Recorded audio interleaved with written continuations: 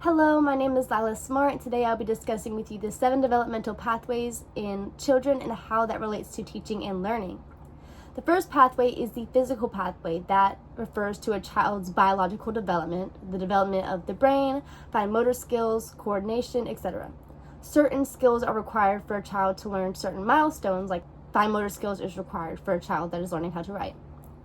The second pathway is the social interactive pathway, which is a child's ability to communicate with varying people in varying circumstances and learning how to act. Teachers need to make note that in certain cultures, different societal norms are present. In America, it is a sign of respect to look an adult in the eye when you are speaking to them. But in other cultures, it is seen as rude for children to look adults in the eye or to speak to an adult directly. Teachers need to make note of this and respond accordingly. The third pathway is the emotional pathway, which is the ability to comprehend and properly respond to your own emotions and to recognize others' emotions. Teachers need to be sensitive to this and to be supportive because anxiety in a classroom impedes the ability to learn.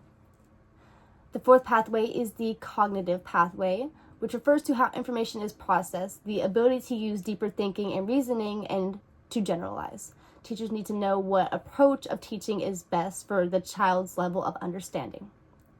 The fifth pathway is the linguistic pathway, which refers to understanding, communicating, and expressing themselves. Teachers need to understand how cultural and social constructs may affect development and help children gain literacy.